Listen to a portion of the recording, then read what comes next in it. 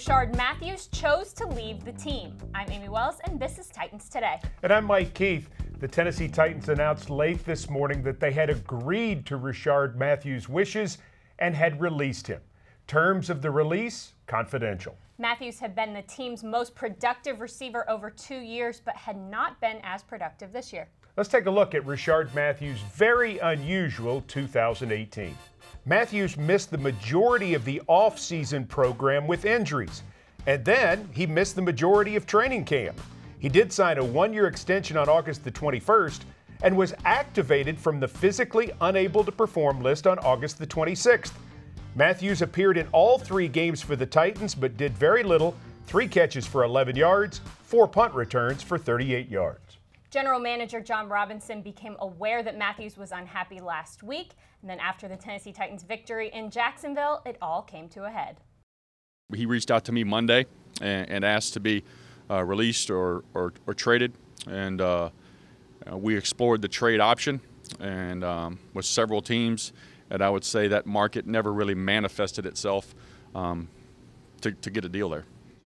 You know, he missed a lot of time with injuries, was hampered in training camp. I thought he was coming back, and you know, he was working hard at practice. He was even running some scout teams, and when we had some guys down, he was practicing hard, and I was looking forward to him getting back into kind of what we've seen from him the last couple years on the field.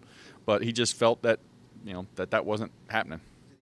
You know, those guys are going to have to step up. You know, just like we've done at other positions when we've had guys dinged, whether it was Gabbert going in the Houston game or our tackle situation. The Titans roster is at 52, and it's expected to stay that way as General Manager John Robinson is not likely to add another player before the Titans take on the Philadelphia Eagles on Sunday. Now, how about locker room reaction? Teammates were not surprised, and reaction was muted. We're still here. We're still committed. You know, we have one goal in mind, and that's to show up every day and to work and compete. You know, so that's what we're going to do today, and that's what we're going to do Sunday. You know, he's definitely one of the leaders of this offense. Not just in our group. You know, he was the oldest receiver in our room, so you know he brought a lot of experience. You know, he made a lot of plays for us, but you know, like I said, we're gonna miss him. But you know, we just wish him the best. Like I said, now I just got to take everything that he told me and use it going forward. And like I said, just try to stay focused and locked in. You know, everything happens for a reason, so we just getting prepared for the Eagles this week. Soggy conditions at St. Thomas Sports Park meant another practice in the bubble for the Titans. More good work for cornerback Adoree Jackson as he bounces back from a concussion. And more good work for quarterback Marcus Mariota. And that's good news, especially in the eyes of offensive coordinator Matt LaFleur, who breathes easier with that information, even in a week where veteran receiver Rishard Matthews decided to depart.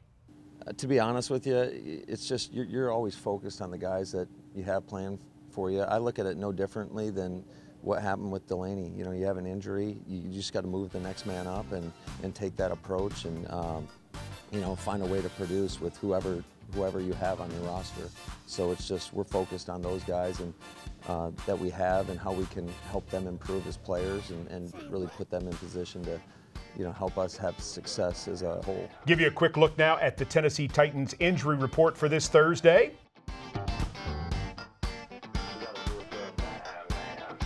Now let's turn to the Philadelphia Eagles injury report.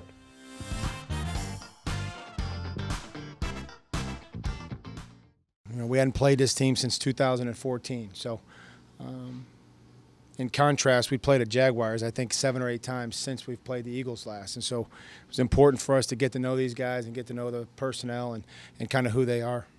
One more reminder about the Titans food drive. Tomorrow from 6 a.m. to 6:30 p.m. at Nissan Stadium and Sunday before the game. Please bring non-perishable food items to help the Second Harvest Food Bank of Middle Tennessee. We really hope that you will contribute. I'm Amie Wells. And I'm Mike Keith. And this is Titans Today for Thursday, September 27th, 2018.